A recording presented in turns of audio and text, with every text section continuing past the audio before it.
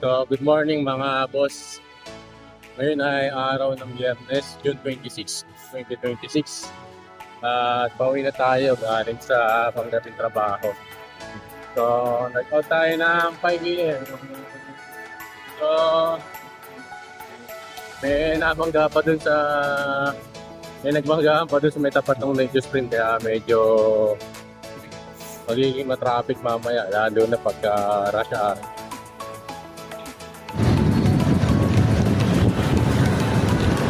So kala ko naman na stock lang na trailer truck, yung pala nakabanggaan niya yung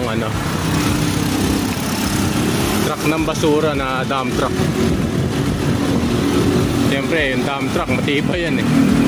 Kaya yung trailer truck na may lula na siguro bigas yun o palay eh. Yung syumete yun nga nasira. Kaya traffic ngayon dun sa may tapat ng Nature Spring, dito sa may Santa Rita. Alright.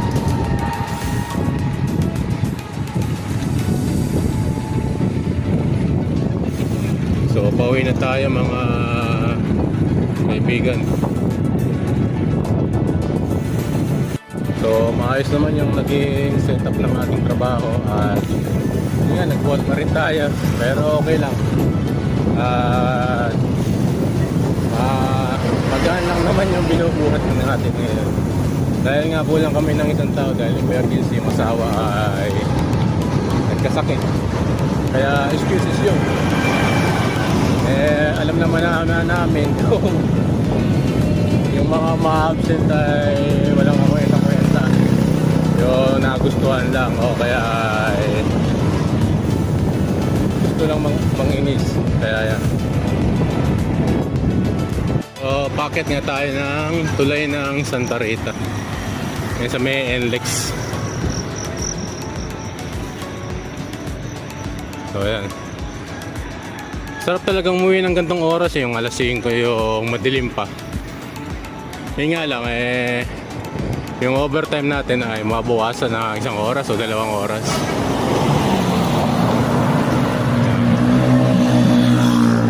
Malamig ang simoy ng hangin. Saka ilan pa lang yung mga nakakasabay natin sa kalsada. Ayan.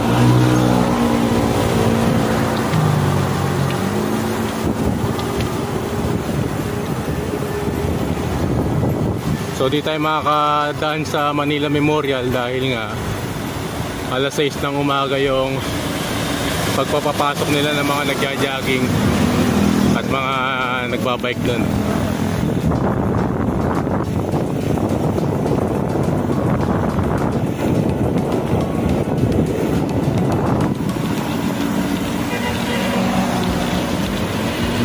So ang magiging daan natin yun, diretso na lang tayo.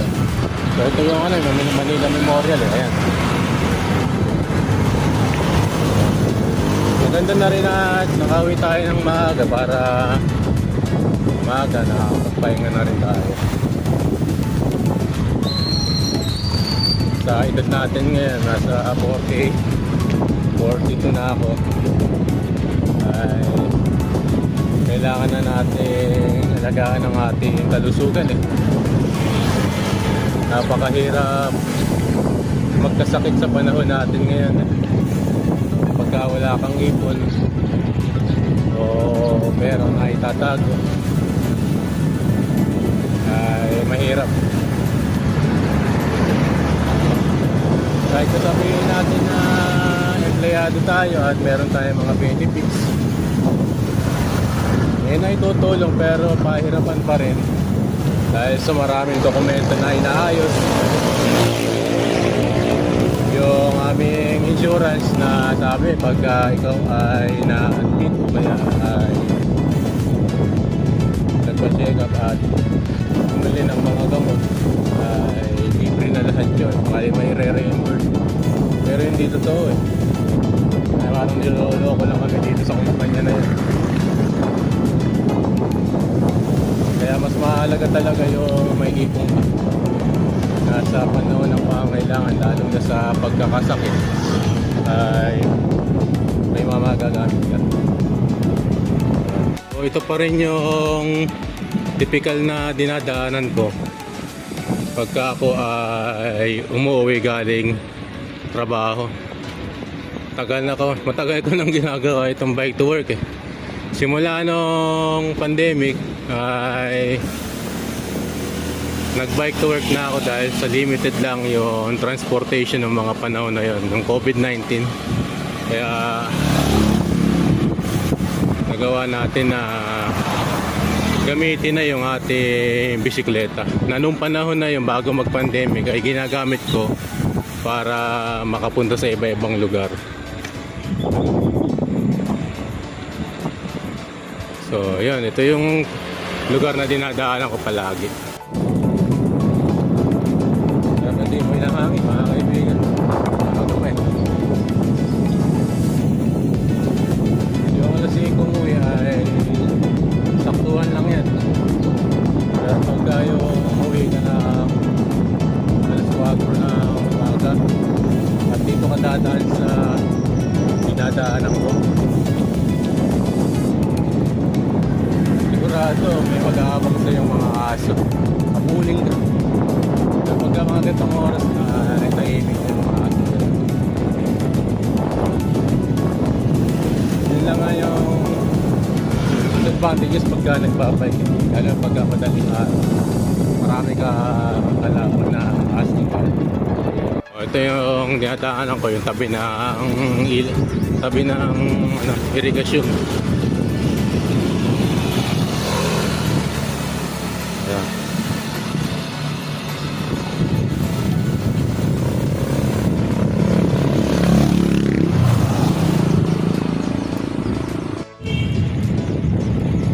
So mamaya mag-uusapan natin yung tungkol sa kay Senador Trilling Trillanes na nagsampa sa DOJ ng kasong cyber libel kay Senador Alan Peter Cayetano at kay Senador Dante Marcoleta at sa 18 kung tawagin niya ay bodyguards. Lakas ng loob na siya pa yung magsampa ng kaso ng cyber libel. Ano lang yun eh, strategy lang niya yun para guluhin ang investigasyon. Ganun pa man eh, yung DOJ kasi sa Ombudsman, NBI eh, sa panig ng administrasyon kaya may posibilidad na mabaluktot na naman ang katarungan. Pinasisinungalingan kasi ni Trillanes yung akusasyon sa kanya nung nagkaroon ng Blue Ribbon hearing nung June 4 na pinangunahan ng dalawang senador natin na sina Alan Peter Cayetano at Senator Marcoleta na hindi naman totoo lahat ng mga pinagsasasabi ng 18 bagman o kaya bodyguard. Sino ba maniniwala sa panganahon natin ngayon kay Antonio Trillanes? Mangmang na lang sa kabobo ang maniniwala kay Senador Trillanes eh. Ano to eh, salot sa lipunan to eh. Kaya huwag na kayo maniniwala dun sa tao na yun.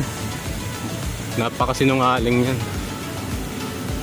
Yung nangyari pa sa kanya parang feeling siya pa yung biktima, no? Pero detalyado naman sa pahayag ng 18 ex-marines na isa siya sa mga pangunahin na tumulong sa mga ICC investigator sa kanilang pag-iimbestiga ukol sa EJK. At dahil siya ang tumutulong, syempre mayroong budget yun na nakalaan. Kaya nga may nag-deliver sa kanya ng pera na may sa maleta eh. Tapos ito yung pasisinungalingan niya. Pwede naman, karapatan niya yun, pero alam na ng taong bayan yung katotohanan. So, malapit na ako mga kaibigan sa ating tahanan. So, magandang umaga sa inyong lahat. Ingat po tayo palagi.